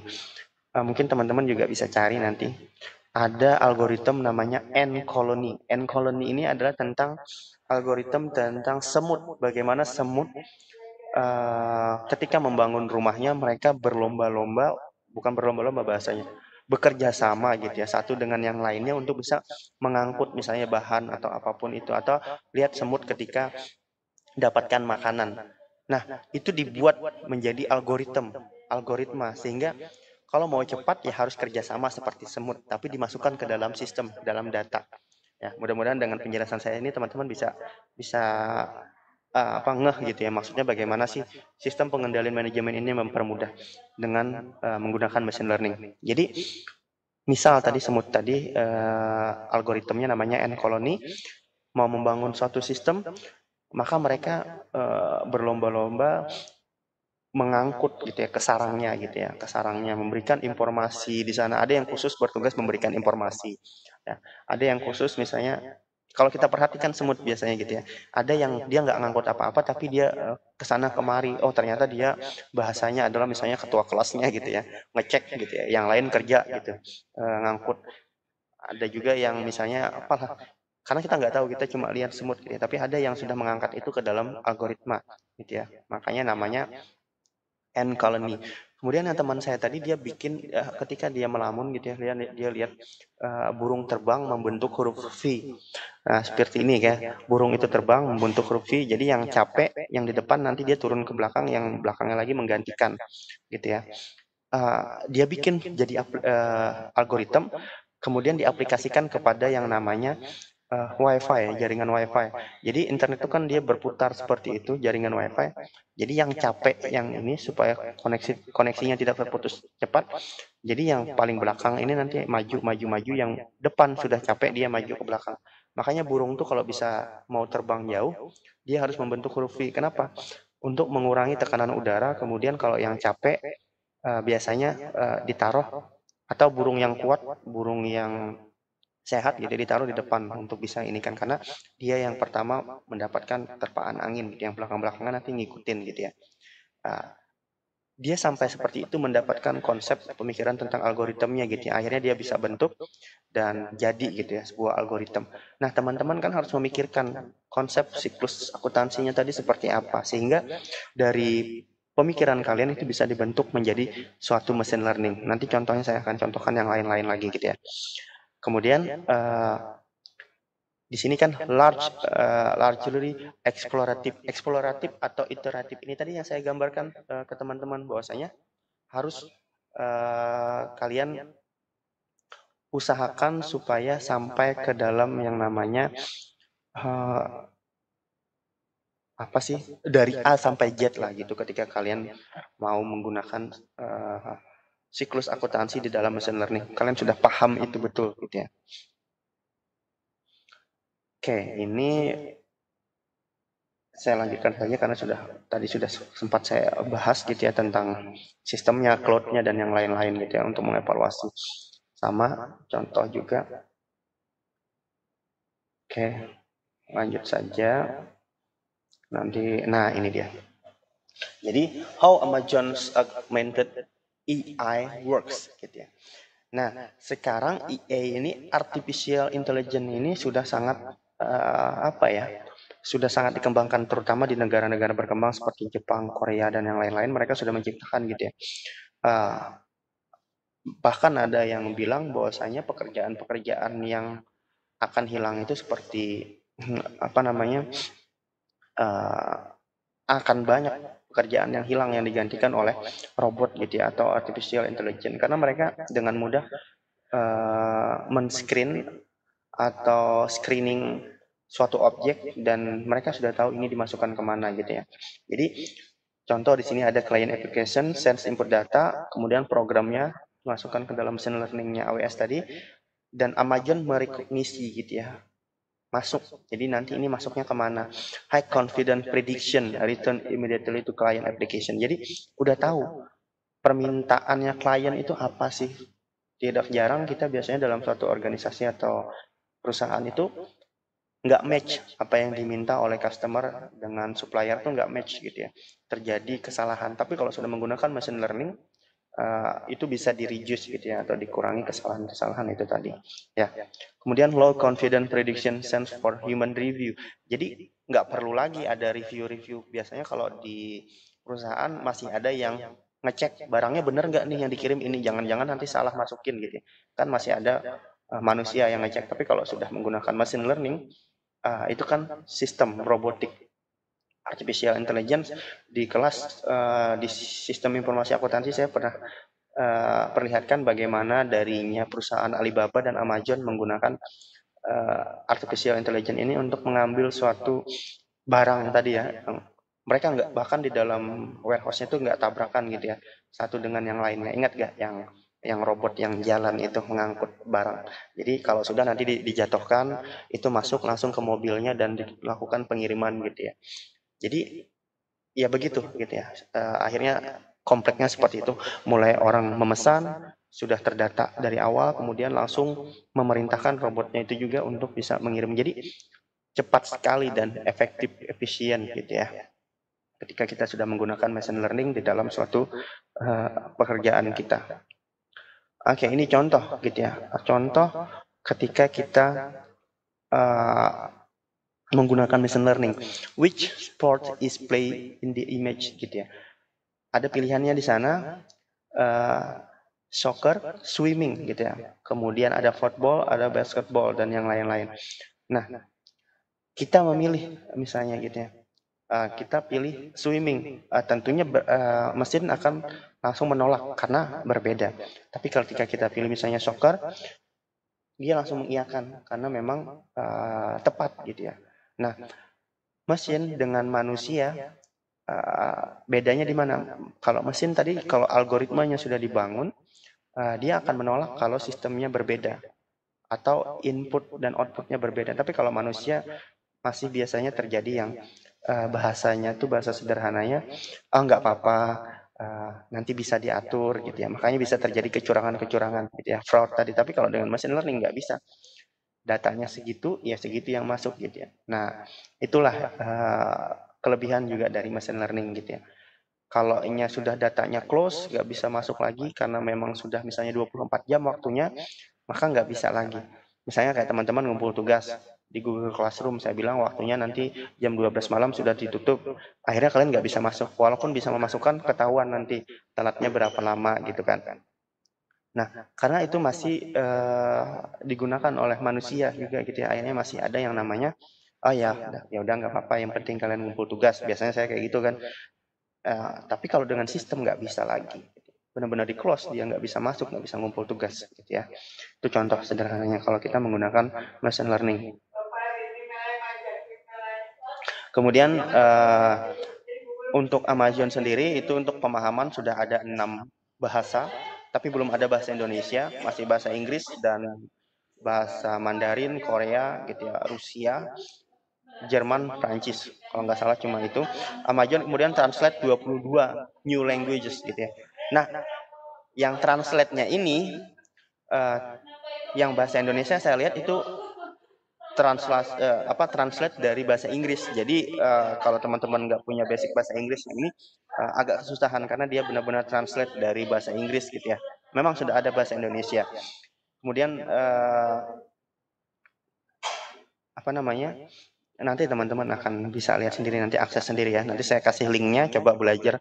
Banyak sekali nanti pembelajaran di sana dan gratis ya teman-teman, untuk belajar bagaimana machine learning ini untuk menambah wawasan kalian terhadap pengembangan suatu sistem ya. Oke, kemudian kalau di sini yang baru aja adalah add medical speech to text capabilities application with Amazon Transcript Medical. Jadi sekarang dunia medis juga mengembangkan yang namanya sistem artificial intelligence gitu ya, atau machine learning gitu ya. Seperti yang saya sampaikan tadi, ada robot yang bisa mendeteksi dari tekanan suara, kemudian bahkan dari tatapan mata gitu ya, ke kamera misalnya udah ketahuan. Misalnya nanti saya menggunakan machine learning, saya bisa tahu nanti Ilham misalnya nggak fokus karena misalnya dari layar kamera HP-nya saya bisa baca tingkat kefokusan akurat tidaknya gitu ya. Itu bisa kelihatan gitu ya, atau sedang terjadi dehidrasi karena sedang puasa gitu ya, kurang minum gitu ya, atau apa, itu nanti bisa kelihatan kalau menggunakan machine learning gitu ya. Jadi dari kamera bisa kelihatan tentang medical recordnya gitu ya, detak jantungnya ketahuan atau apa. Nah itu salah satu gitu ya, itu machine learning. Mungkin yang paling sederhana kalau teman-teman menggunakan jam, ada yang untuk olahraga itu, atau Apple Watch, atau yang dari Xiaomi atau yang lain, kalian lari nanti akan baca dia detak jantungnya berapa, atau denyut nadi seperti apa gitu, itu ketahuan. Itu juga termasuk di dalam machine learningnya. Tapi datanya itu tersimpan sehingga nanti bisa mengkalkulasi, oh ternyata bahkan bisa men-forecasting berapa lama nanti jangka waktu hidup gitu ya, dengan rutin berolahraga, makanan yang teratur. Akhirnya kelihatan pola hidupnya, oh ini bisa bertahan hidup sampai sekian tahun. Itu dari forecastingnya. Ya begitu sampai ke sananya kita bisa baca gitu ya. Kemudian dalam akuntansi tentunya bagaimana nanti perusahaan itu bisa berkembang sejauh mana gitu ya. Atau kalau dia bisa melakukan banyak pengembangan di berbagai lini atau produk, itu apa nanti yang akan meningkat, itu bisa ketahuan gitu ya. Jadi ada yang namanya penekanan dalam suatu sistem itu tadi. Oke, saya lanjutkan lagi ini. Nah, ini beberapa konektor darinya Kendall gitu ya. Jadi kayak mungkin yang teman-teman tahu di sini Google Drive, Dropbox gitu ya. Kemudian SharePoint gitu ya. Itu darinya Microsoft gitu ya. Jadi mereka menggunakan ini gitu ya, menggunakan AWS system, sama kayak Google Drive tadi juga masuk di situ ya. Jadi kita menyimpan data kita di mana? Bilangnya di Drive gitu ya. Di Drive bisa dilakukan kapan saja, kita bisa panggil. Bahkan sekarang kan di Google Drive itu bisa di-download dulu. Jadi kalau kalian offline tetap bisa dibuka gitu ya. Jadi tetap bisa dipakai untuk offline. Jadi saran saya kalau teman-teman mau nyimpan banyak data penting, simpan saja di Google Drive-nya yang politala.ac.id. Kemudian di-download supaya bisa dibuka offline, sehingga kalian bisa belajar kapanpun, bisa akses dimanapun, ketika misalnya kalian tidak online, seperti itu ya. Oke. Ini yang fraud detector tadi gitu ya. Sebelum membuat deteksi model tadi itu ada template-nya gitu ya. Ada template-nya sehingga kita nggak perlu bangun dari awal, karena kalau kita bangun dari awal itu susah gitu ya. Kalau kita bangun harus dari fondasinya itu susah ya. Tapi kita bangun ini sudah jadi, frameworknya sudah jadi. Jadi ibarat rumah, kalian tinggal nempati, tinggal kalau kalian mau ganti warna catnya, gantilah warna catnya gitu ya. Kalian mau tanami misalnya halamannya jadi ada kebun, silahkan gitu ya. Jadi nggak dari awal kalian bikin fondasi, nggak gitu ya. Itu contohnya kalau machine learning seperti itu. Kemudian automatic gitu ya, creation of custom fraud detection model. Jadi automatic ini terserah kalian mau mendeteksinya seperti apa, tapi kalian kan tahu kecurangan-kecurangan yang ada di dalam sistem akuntansi tadi seperti apa gitu ya. Bisa terjadi di mana kecurangan itu kita bisa tahu gitu ya. Jadi intuisi kalian sebagai seorang akuntan itu harus jalan, harus ngelihat di mana sih yang sering terjadi kecurangan-kecurangan. Kemudian models learn from past attempt ini sistem yang kita pakai tadi ketika melihat gitu ya, melihat ya, ketika kita melakukan forecasting tadi gitu ya. Jadi yang sebelum-sebelumnya kita tahu permasalahan-permasalahan yang ada sebelumnya gitu ya. Oke. Ini ketika kita membuat tentunya ada data validasi, divalidasi dulu datanya, kemudian transformation-nya, featuring engineering, model training section, performametric, development, hosting gitu ya. Hosting ini yang tadi saya bilang kalian bisa membuat itu gitu ya. Oke, ini salah satu bentuk juga kalau kita menggunakan kode guru gitu ya untuk mereview segala sesuatu, kemudian kita membuat atau build test sistemnya, sudah di deploy itu maksudnya sudah bisa dijalankan. Kita pastikan dulu itu measurementnya gitu ya, apakah memang bisa dipakai dengan baik. Kemudian kalau sudah, kita bisa lakukan improvement ya sistem atau machine learning yang kita gunakan tadi gitu ya.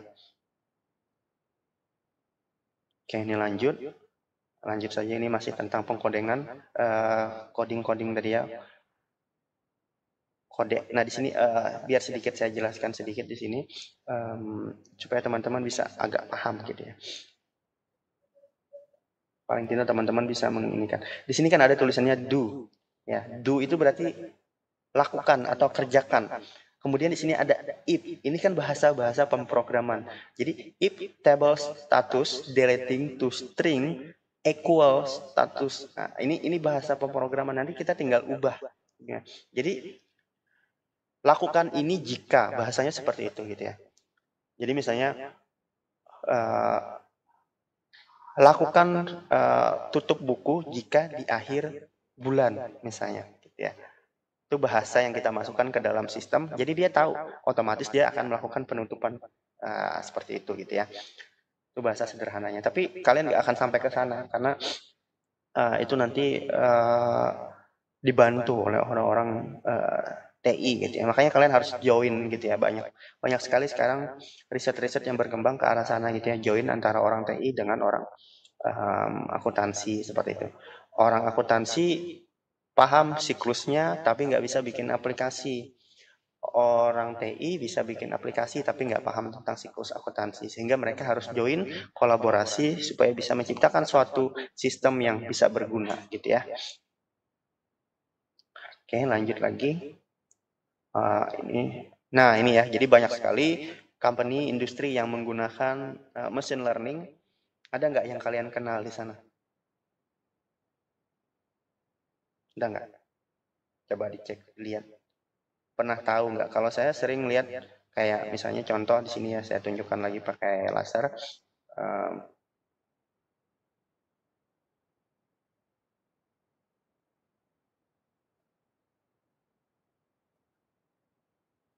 Kalau saya sering lihat Rakuten, ini sering lihat. Kemudian Airbnb ini sekarang yang digodok atau digadang-gadang akan menggantikan banyak hotel gitu ya. Jadi sekarang para investor di perhotelan itu mulai khawatir karena Airbnb ini suatu sistem atau platform di mana orang bisa menyewakan kamarnya atau apartemennya atau apa gitu ya di bagian rumahnya misalnya dengan murah dengan fasilitas hotel seperti itu gitu ya. Jadi nggak perlu mahal-mahal lagi di hotel. Karena orang kalau tidur misalnya dalam rangka bisnis misalnya pergi ke suatu tempat, dia nggak akan menikmati hotelnya gitu ya, cuma tidur, mandi atau apa, akhirnya harus melakukan suatu pekerjaan dan mahal gitu ya kalau di hotel. Tapi kalau menggunakan Airbnb itu biasanya murah, cuma menggunakan layanan kamar gitu ya untuk tidur, makan atau menyimpan barang seperti itu. Saya pernah melakukan bukan pernah gitu ya, saya sering menggunakan platform Airbnb ini ketika saya harus mengajar di Taipei. Jadi saya kan tinggal di Kaohsiung. Ketika ngajar ke Taipei biasanya kan saya capek atau ini saya harus istirahat lah paling tidak di sana. Jadi kalau saya menggunakan kereta cepat dari Kaohsiung ke Taipei itu sekitar 1,5 jam. Tapi kalau saya pakai bus itu bisa sampai 6 jam gitu ya. Nah, jadi kalau pagi saya ngajar jam 10, saya berangkat dari Kaohsiung itu sekitar jam 8. Saya sudah pesan atau booking Airbnb sebelumnya gitu ya.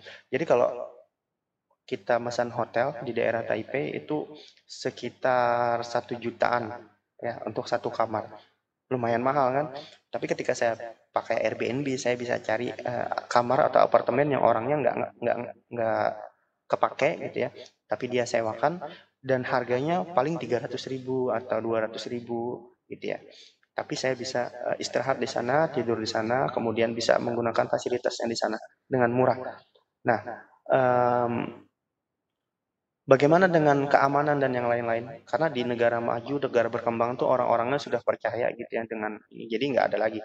Mungkin kalau di tempat kita sewakan kamar kita, tiba-tiba TV-nya udah nggak ada gitu ya. Atau banyak yang hilang mungkin. ya itulah tempat kita karena masih memang negaranya belum berkembang gitu ya seperti negara maju. Kalau negara maju mereka sudah sangat ini sekali dengan Airbnb. Kemudian PlayStation ini saya rasa semuanya teman-teman mungkin mengenal gitu ya. Mereka juga menggunakan machine learning. Kemudian apalagi di sini kita bisa lihat Tinder ya. Tinder ini salah satu aplikasi yang berkembang juga. Kemudian di sini ada Kia gitu ya, mobil dari Korea. Kemudian apalagi banyak ya, banyak sini yang saya tahu. Tapi teman-teman juga mungkin lebih tahu daripada saya. Di sini juga ada Samsung gitu ya, Samsung gitu ya.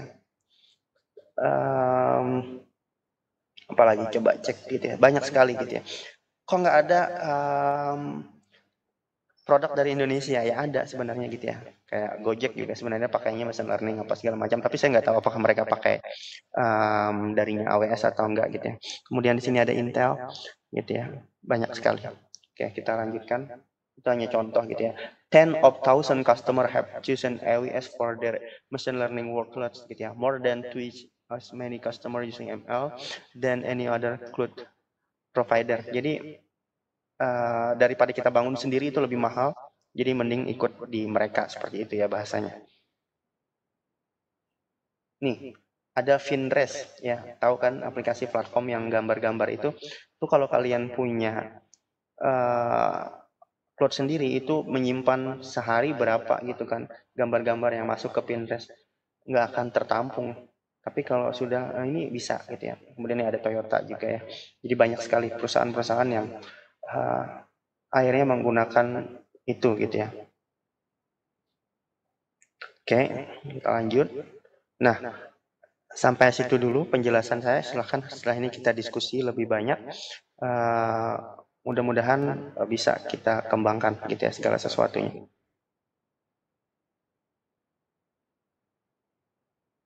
Oke. Silakan diaktifkan kameranya dan ininya. Saya akan lakukan berhenti untuk sharing. Kita diskusi setelah ini.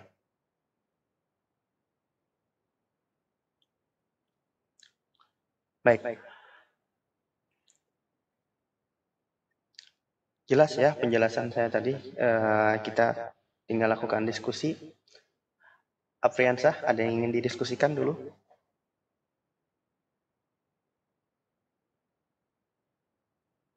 Silakan Afriansah.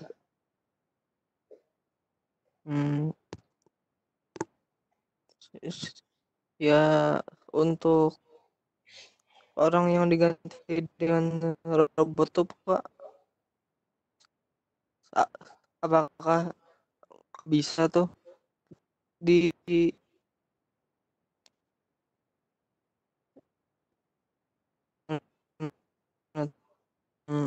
dengan si diganti robot lagi? Oke. Saya mungkin udah dapat apa yang dimaksud oleh Apriansa tadi ya. Jadi bagaimana ketika manusia digantikan oleh mesin gitu ya, oleh mesin bagaimana? Sebenarnya bukan digantikan ya Apriansa ya. Hanya saja robot itu diciptakan untuk membantu gitu ya, untuk membantu pekerjaannya manusia untuk lebih mudah. Machine learning pun seperti itu gitu ya, mempermudah ya. Jadi bayangkan kalau dulu kita bikin kopi, menyangrai dulu, kemudian dihaluskan. Tapi sekarang sudah ada mesin yang bisa dihubungkan dengan smartphone. Ketika kita mau bikin americano atau cappuccino, kita tinggal klik, kemudian dia jalan sendiri mesinnya, ya, langsung bikin sendiri, rebus air sendiri dengan kadar atau apa namanya berapa derajat Celcius yang memang sesuai dengan yang kita inginkan, ya. Jadi lebih kepada membantu gitu ya. Jadi sistem pengendalian manajemen machine learning atau robot atau artificial intelligence tadi membantu gitu ya. Kalau menggantikan nanti manusianya hilang, tinggal robot aja ya. Sedangkan robot dia nggak punya perasaan atau apa karena ada segala sesuatu yang harus menggunakan intuisi atau perasaan-perasaan tadi gitu ya. Walaupun robot tadi bisa dibuatkan algoritmanya, tapi kan nggak semuanya. Ada pertimbangan-pertimbangan yang harus tetap diambil oleh manusia si pengambil keputusan. Robotnya tadi cuma bisa, atau mesin learningnya cuma bisa kasih gambaran, ya kan, bisa kasih saran, ini loh sarannya gitu, dan berdasarkan data dia ceritanya gitu ya, nggak cuma intuisi. Jadi digabungkan dengan manusia yang punya intuisi, akhirnya punya lebih bagus gitu ya, lebih bagus ketika mengambil suatu keputusan gitu ya. Kira-kira seperti itu ya Priyansa ya. Silahkan yang lain. Isnawati mungkin.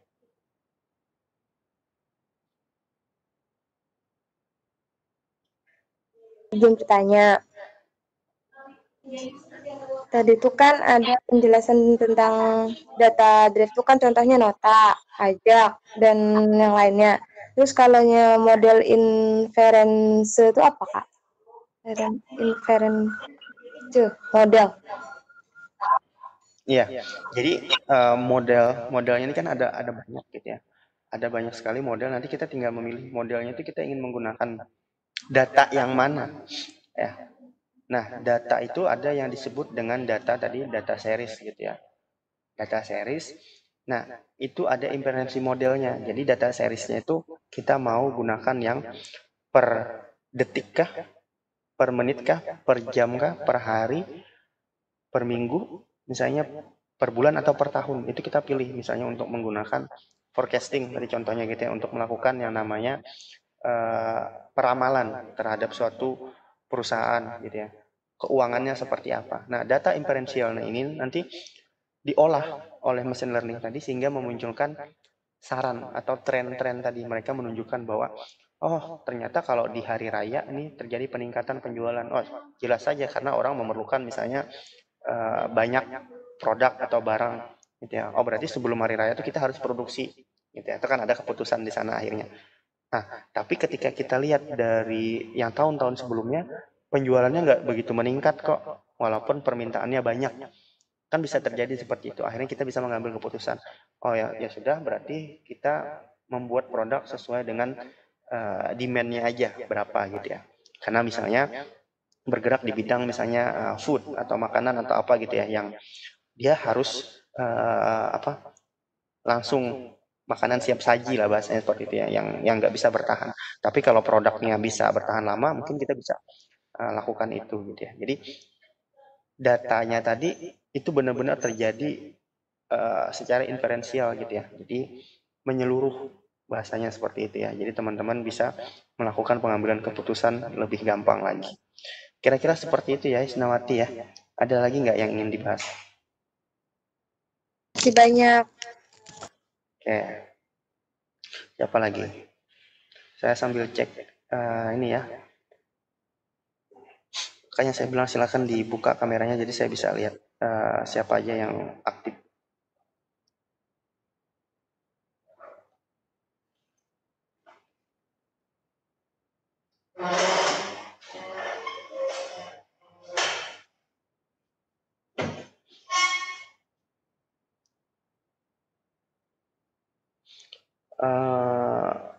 Siapa nih? Muhammad Abdianur Nasrullah. Silakan. Ada yang ingin ditanyakan, ingin dibahas? Antara learning sama machine apakah bicara Kenapa saya kurang jelas? antara deep learning dan machine learning? Oh iya, jadi deep learning itu kita belajar secara mendalam gitu ya. Kalau machine learning itu mesinnya kita ajarin ya. Mesin kita ajarin untuk membantu kita. Jadi di dalam sistem pengendalian manajemen kan kita ingin segala sesuatunya lebih mudah. Maka mesinnya kita ajarin. Ya, ini kalau nanti ada yang mesen kayak gini loh gitu ya. Kayak kita ngajarin manusia juga. Tapi mesin dia menangkap algoritma dari yang kita pelajari. Makanya tadi do, if, lakukan ini jika ini. Jadi lakukan pencatatan jika ada yang memesan. Nah, kita ngajarin mesinnya ya dengan bahasa coding tadi. Akhirnya mesinnya ngerti. Oh, mesinnya belajar dari misalnya dari Laila misalnya bikin tadi sistem gitu ya. Nah, kata Laila, ke mesinnya ngomong dengan bahasa sistemnya tadi, dengan algoritma, lakukan pencatatan jika terjadi pemesanan produk. Mesinnya ngerti statusnya, misalnya accepted, diterima, atau approve. Oh iya, dia ngerti. Ada pemesanan, dia langsung melakukan pencatatan. Itu machine learning ya. Tapi kalau deep learning, kita belajar sesuatu itu lebih dalam, lebih komprehensif, sehingga mengetahui. Misalnya tadi kita belajar tentang siklus akuntansi. Siklus akuntansinya kita harus pelajari secara mendalam ya. Dari A sampai Z-nya tadi saya bilang gitu ya. Jadi kita tahu prosesnya. Makanya penting semua perkuliahan itu nanti terkoneksi, terintegritas gitu ya. Kalian nggak bisa cuma belajar yang kalian senangi, nggak bisa, karena nanti keseluruhan itu masuk gitu ya. Karena itu kompetensi kalian. Misalnya kalian senang belajar tentang SPM, tapi nggak senang belajar tentang SIA, nggak bisa, karena berhubungan gitu ya. Kemudian mata kuliah yang lain juga seperti itu. Itu contohnya ya, Muhammad Abdianur Nasrullah ya. Oke. Jelas ya, saya sekarang pindah ke Mustaqim. Kira-kira Mustaqim ada yang ingin dibahas nggak atau ingin ditanyakan?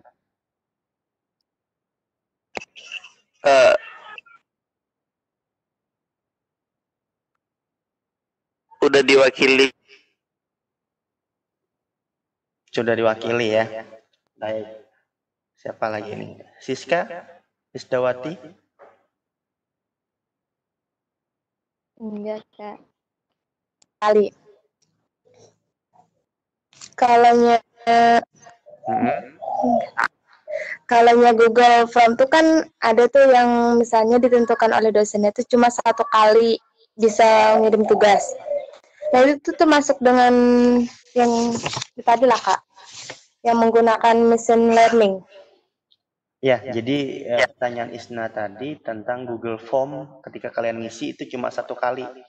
Ya, nggak bisa lagi double ya. Itu termasuk di dalam sistem learning gitu ya, di dalam machine learning. Jadi kan tapi kalian nggak bikin codingnya kan, kalian tinggal bikin di pengaturan bahwa ini cuma bisa diakses 1 kali ya, cuma bisa diakses 1 kali, tinggal merubah. Tapi kalau kalian buka gitu ya lognya, itu coding gitu ya. Jadi pakai fungsi if tadi, jika sudah dilakukan maka tidak bisa lagi. Jadi if tadi ya, fungsi do, if, then gitu ya. Biasanya dipakai, then itu lalu gitu ya. Jika sudah, maka atau lalu tidak bisa digunakan, bahasanya seperti itu. Jadi akhirnya cuma 1 kali kalian bisa akses gitu ya untuk mengisi kuliah umum apa misalnya UTS, UAS atau apa gitu ya. Jadi nggak bisa diakses 2 kali gitu kan. Gitu ya Isnawati ya, itu juga masuk. Jadi semuanya sekarang tuh sudah berhubungan juga dengan machine learning, tapi kita nggak tahu bahasanya itu ke sana gitu ya pembahasannya. Yang lain, Maulida mungkin atau Latifah?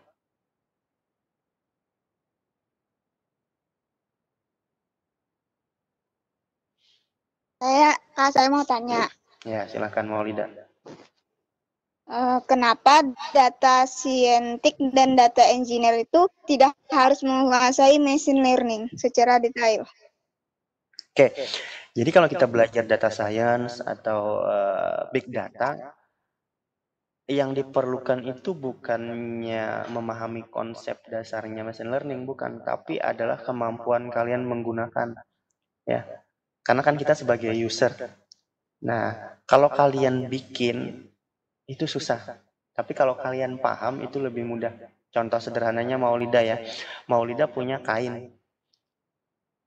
Maulida nggak bisa jahit baju gitu ya. Tapi punya konsep, punya ide bajunya ini nanti kantongnya sebelah kiri. Kemudian ada kantongnya juga di bawah gitu ya. Nanti kancingnya seperti apa. Maulida kan tinggal ngomong ke tukang jahit. Saya mau bikinkan gini. Akhirnya jadi bajunya. Itu sama kayak kita punya data science, tapi kita nggak harus paham machine learning gitu ya.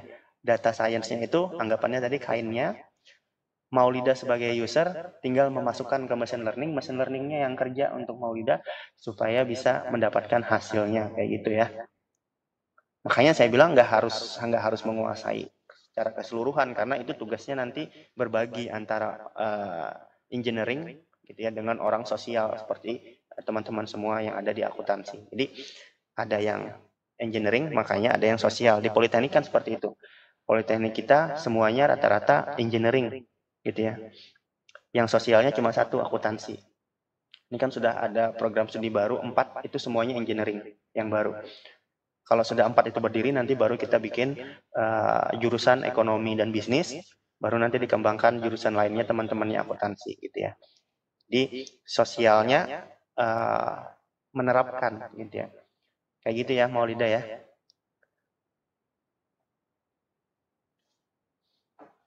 Oke, baik. Latifah, silakan.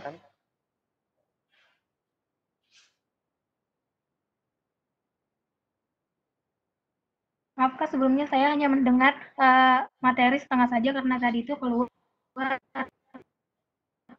Ya, nggak apa-apa, nanti Latifah bisa di-download atau ditonton Nah, ulang. pertanyaan saya, apakah ada dampak negatif dari machine learning itu sendiri? Oke, dampak negatifnya dari penggunaan machine learning gitu ya. Dampak negatifnya sebenarnya lebih kepada apa ya? Cost, gitu ya, pembiayaan.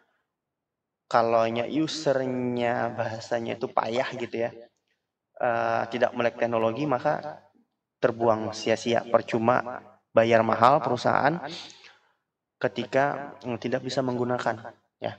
Sama kayak kalian beli smartphone tapi usernya nggak smart gitu ya, akhirnya cuma dipakai buat telepon dan SMS doang, sama aja bukan smartphone juga gitu ya, padahal banyak fungsi yang lainnya dengan penggunaan smartphone kayak gitu ya.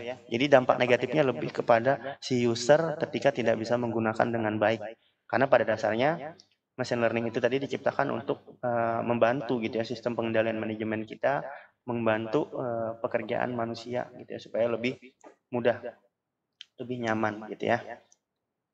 Gitu ya Latifah ya, nanti rekamannya diputar ulang di YouTube supaya nanti bisa dapat dari awal sampai akhir gitu ya. Itulah kendala kita kalau kuliah daringnya ada yang keluar masuk karena jaringan dan yang lain-lain. Oke. Kemudian si Dea Puspa, silakan Dea Puspa. Diaktifkan dulu kameranya dan mikrofonnya. Iya, sebentar, Kak.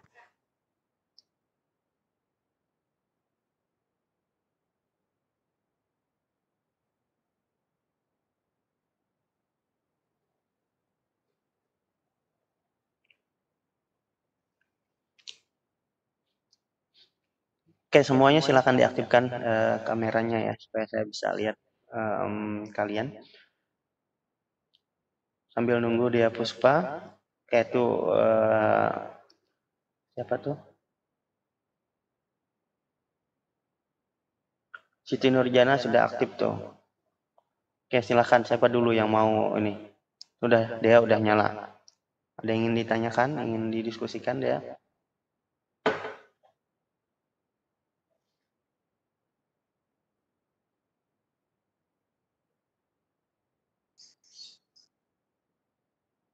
Mikrofonnya diaktifkan ya Dea ya.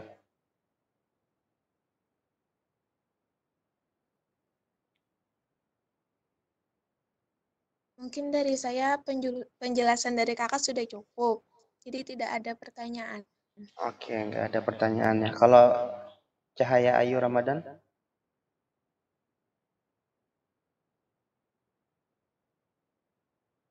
Pertanyaan dari saya mungkin kan tadi itu tuh kan aplikasi yang dapat membantu pekerjaan kita, semisal dalam dunia akuntansi, perhitungan, jurnal-jurnal. Nah, semisal ada kesalahan angka yang dilakukan oleh aplikasi itu secara terus-menerus, apakah bisa semisal aplikasi itu melakukan kesalahannya secara terus-menerus? Oke, baik. Tadi kan saya sudah menjelaskan sebelum dia masuk ke dalam suatu sistem nanti ada validasi. Ya, validasi itu nanti kita kayak kita melakukan sesuatu. Misalnya kita melakukan di Microsoft Excel gitu ya. Kita mau keluar, terus kan ada tuh taskbar-nya muncul. Ini belum disimpan, apakah Anda mau menyimpan? Nah, seperti itu juga nanti akan timbul notifikasi bahwasanya sudah benarkah apa yang kita masukkan. Nanti kita bisa lihat lagi secara rinci apa yang pernah kita masukkan, sehingga ini salah satu juga menjawab pertanyaan darinya siapa tadi yang Latifah ya, yang tentang negatifnya tadi seperti apa gitu ya. Nah, jadi negatifnya masalahnya cuma di user gitu ya. Ketika usernya tidak bisa menggunakan dengan baik, maka akan bermasalah. Sama dengan tadi ketika kita memasukkan suatu angka beda gitu ya, nolnya aja nambah gitu ya, maka akan terjadi permasalahan. Tapi untungnya dengan machine learning adalah ketika yang data yang kita masukkan itu dia bisa membaca. Kita misalnya scan invoice-nya, dia udah otomatis baca sendiri. Siapa pembelinya, namanya kita nggak usah ketik. Itu keuntungan machine learning gitu ya. Apa aja yang dibeli, karena dia menggunakan kode-kode tadi gitu ya. Jadi dia udah tahu. Ya, jadi otomatis dia akan sama dengan apa yang tertulis di dalam invoice seperti itu. Ya. Jadi kalau terjadi salah ketik atau apa itu sangat sedikit sekali permasalahan yang muncul seperti itu. Ya. Nah, gitu ya. Oke, silahkan dilanjut ke siapa nih? Alvina Anggraini, silahkan. Saya, Pak, penjelasan Bapak sudah jelas. Sudah jelas ya. Oke, nanti dipastikan lagi gitu ya, supaya teman-teman tidak kesusahan nanti ketika UASnya. Oke, Linda Trianingsih. Tidak ada, Pak, sudah jelas.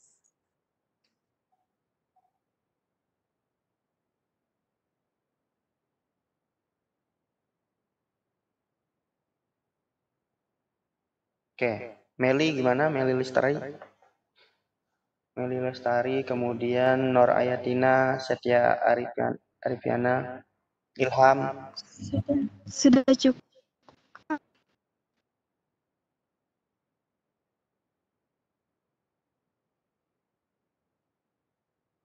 Nah ya, baik. Jadi kalau teman-teman sudah jelas semua, nggak apa-apa. Nanti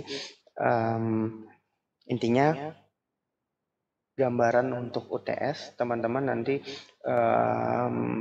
tentunya ada soal yang dari Pak Sapik, kemudian ada soal yang dari saya. Jadi kalau yang dari saya, tentunya dari 4 pertemuan nanti yang kita lakukan gitu ya. Jadi kita sudah belajar tentang Kanban tool, gitu ya, kemudian ERP, kemudian hari ini kita belajar tentang machine learning. Nah, soal saya nanti cuma 1, tapi berhubungan dengan keempat pertemuan gitu ya. Jadi teman-teman harus memahami betul bagaimana siklus atau pembuatan dari segala sesuatunya yang kita bahas di perkuliahan ya.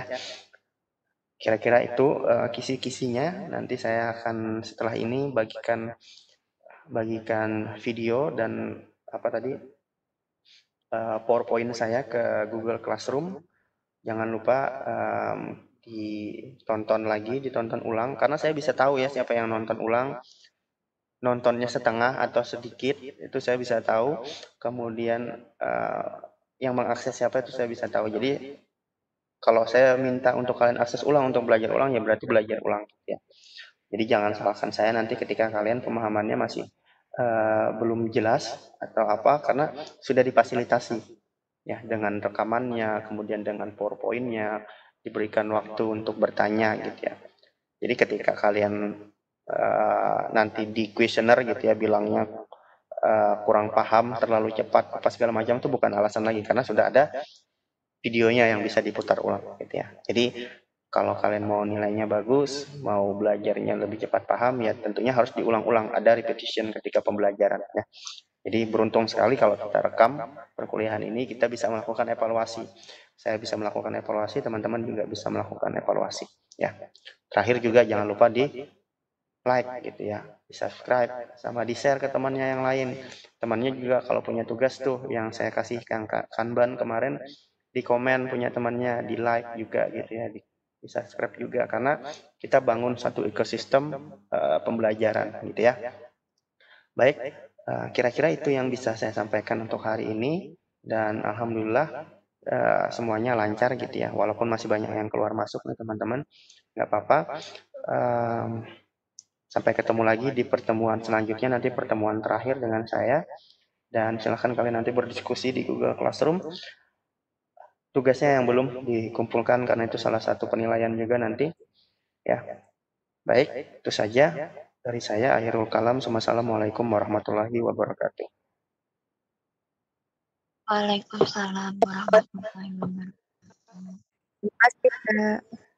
Terima kasih, Kak.